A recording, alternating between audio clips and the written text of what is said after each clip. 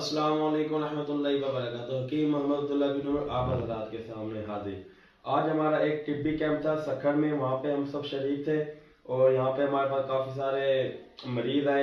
जो हम सुबह तकरीबन 8 बजे से लेकर शाम को 6 बजे तक हम मुसलसल मरीज चेक करते हैं, जिसमें हमने नमाज़ों का वक्फा किया है और खाने का वक्फा किया। बहुत मोहब्बत करने वाले लोग थे, लेकिन यहाँ पे मेरे पास जो कम से कम मरीज मेरे पास आए हैं वो बर्स के थे और बहुत परेशान लोग थे।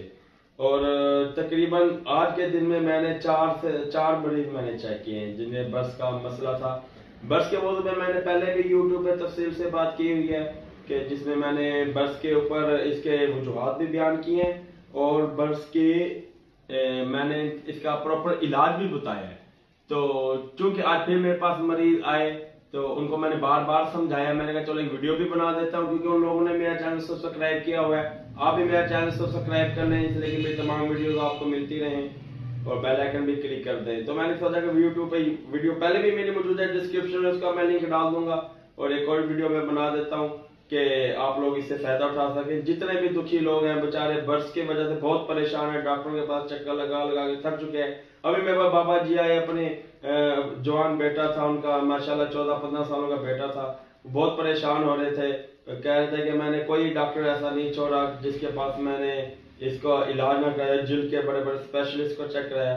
अल्हम्दुलिल्लाह मैंने इस तरह के कई मरीजों को मैंने ट्रीटमेंट किया, अल्हम्दुलिल्लाह अल्लाह ने उन्हें शिफा दी। वही जो मेरी ट्रीटमेंट है वो मैं तमाम आपको बता रहा हूँ और आपको ये भी बताता चलूँ मेरे बर्स की ये ट्रीटमेंट मेरी अपनी पर्सनल अजमुद है।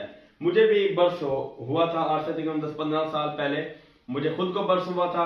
तो मैंने भी उसका इलाज जिस तरह किया, मेरे वालिद साहब रहमतुल्लाह अलैह माशाल्लाह बहुत बड़े हकीम थे, उन्होंने खुद मेरा इलाज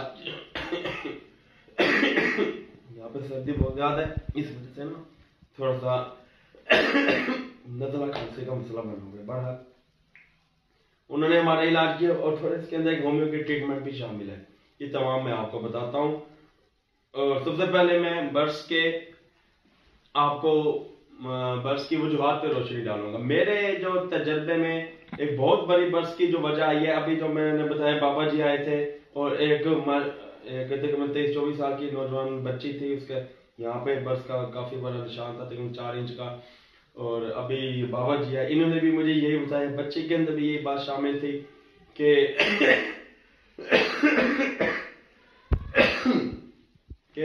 नाखून ये अपने खाते थे, हाथों के नाखून दांतों से काटना ये बर्स का बहुत बड़ा सबब है। आप अपने बच्चों को भी इससे बचाएं, खुद भी बचे।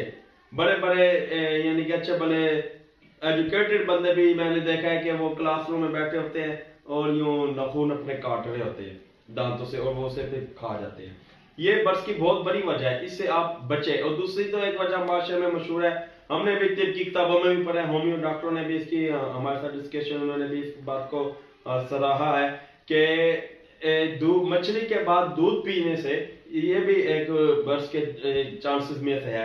100% नहीं है, 50% से भी कम चांस है, भले 10% भी चांस है, लेकिन चांस तो है ना कि इससे बर्स हो जाएगी। इसलिए मछली के बाद कम से कम 3 घंटे तक दूध पीने से भी आप अवॉइड करें। और दूसरी बात ये जो मेरे तजर्बे में आई है, मुझे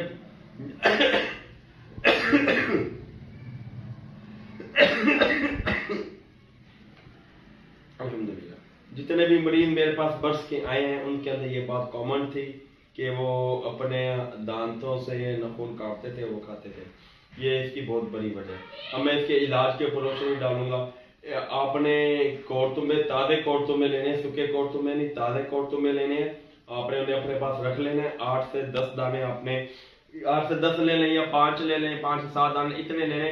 उनको आपने ना पीस कर लेने हैं, जैसे माल्टे के नहीं वो पीस कर लेते, तो आपने काट के पीस कर लेने। आपने उन्हें एक तासले में डालना है, तासले में डालकर आपने उसे पाँव से रगड़ना शुरू कर देना।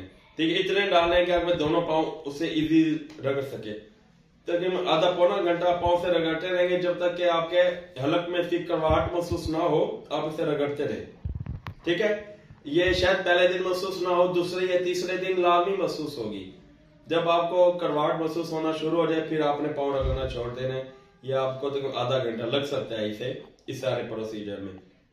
एक इसका इलाज ये है, आजमूदा इलाज है, बारहा लोगों को बताया है ये आपने लाजमी करना है। एक दूसरा काम बापची है, एक तिब की एक जड़ी बूटी है, ये पंसाने से बासानी मिल जाती है।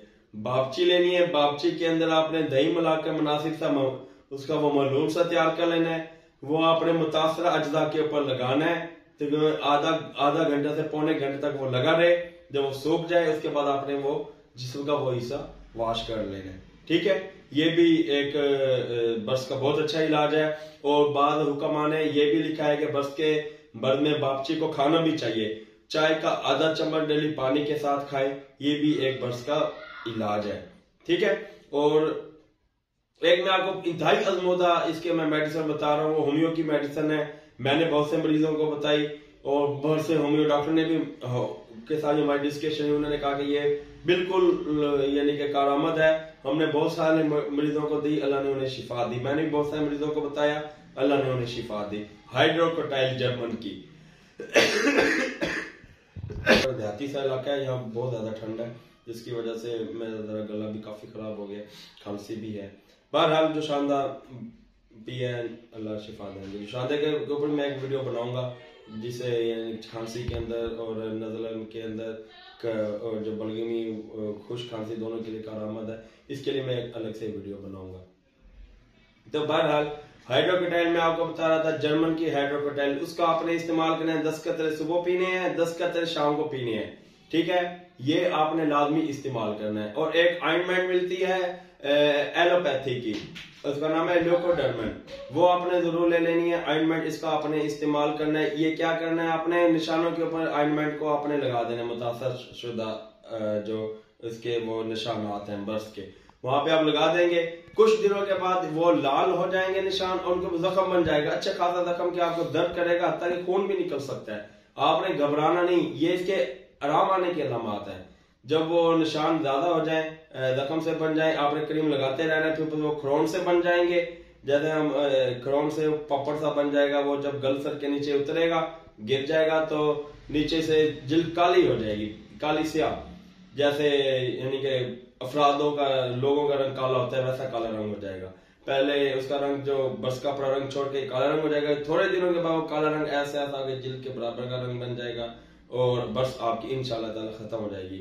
आपको जितने भी बर्स हो, मेरे बताए तरीके के मुताबिक आप एक काम कोर्टुम्बो वाला लाजमी करें, हाइड्रोकोटाइल लाजमी इस्तेमाल करें, ल्यूकोडर्मन आप ऑइंटमेंट, एक क्रीम मिलती है, एक ऑइंटमेंट, आपने ऑइंटमेंट लेनी है।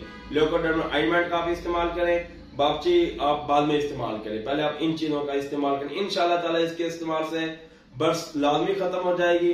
कोई भी आपको मुतासर बंदा नजर आए, आप उसे ये फार्मूला लाजमी बताएं, ये आपके लिए सदका जारिया। ये मैं भी सदका जारिया की खातिर ये मैं बता रहा हूँ। मेरे पास जितने मरीज आए, मैंने किसी से कोई फीस नहीं ली, मैंने उन्हें फीस सबीलिल्लाह अल्लाह की रजा के लिए बताया कि अल्लाह उन्हें शिफा दे। और उन्हें ये भी मैंने कहा कि आप आगे कोई आपका मरीज नजर आए तो आप उसको भी ये बताएं, इसलिए कि दुखियों की दुख खत्म हो, बीमारियों की बीमारी खत्म हो। अल्लाह रब्बुल इज्जत हमारे लिए भी दुनिया आखिर के लिए आसानी का सामान बना दे। वीडियो थोड़ी लंबी हो गई है क्योंकि नुस्खा भी लंबा था और इसका समझाना भी थोड़ा सा था, इस वजह से थोड़ी लंबी हो गई। चलो खैर कोई नहीं, वीडियो लंबी हो जाती है लेकिन ये मालूमाती वीडियो है। ठीक है, अगली वीडियो तक के लिए इजाजत है। उससे पहले गुजारिश करूंगा कि हमारे चैनल को सब्सक्राइब कर दे और बेल आइकन को भी क्लिक कर दे, इसलिए कि हमारी तमाम वीडियोस आपको मिलती रहें और आपका हमारा ये मोहब्बत भरा सिलसिला चलता रहे। अक्सर हम ऐसे इंफॉर्मेटिव टिप वाले से मेरी वीडियो यूट्यूब पे बहुत ज्यादा मौजूद है, तो अगर आप चैनल सब्सक्राइब कर लेंगे तो ये वीडियोस आपको मिलती रहेंगी। और वीडियो के आखिर में मैं आपको बताता चलूं कि हमारे दवाखाने में छोटी और बड़ी मक्खी का शहद हर वक्त मौजूद होता है। अगर आपको जरूरत हो, आप हमारे दवाखाने से कैश और डिलीवरी की सहूलत के साथ छोटी और बड़ी मक्खी का शहद मंगवा सकते हैं। अगली वीडियो तक इजाजत दें, अल्लाह हाफिज।